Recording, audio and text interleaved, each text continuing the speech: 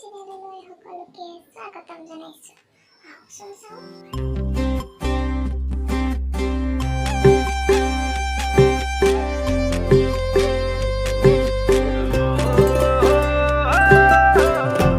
বিহু বুলি ক'লেতো আমি সকলোৱে জানোৱেই যে বহাগৰ বিহুত হুঁচৰি দল আহে, ৰচন কীৰ্তন হয়, জেং বিহু হয়। আহকচোন চাওঁ আজি সৰু সৰু হুঁচৰি দল আৰু জেং।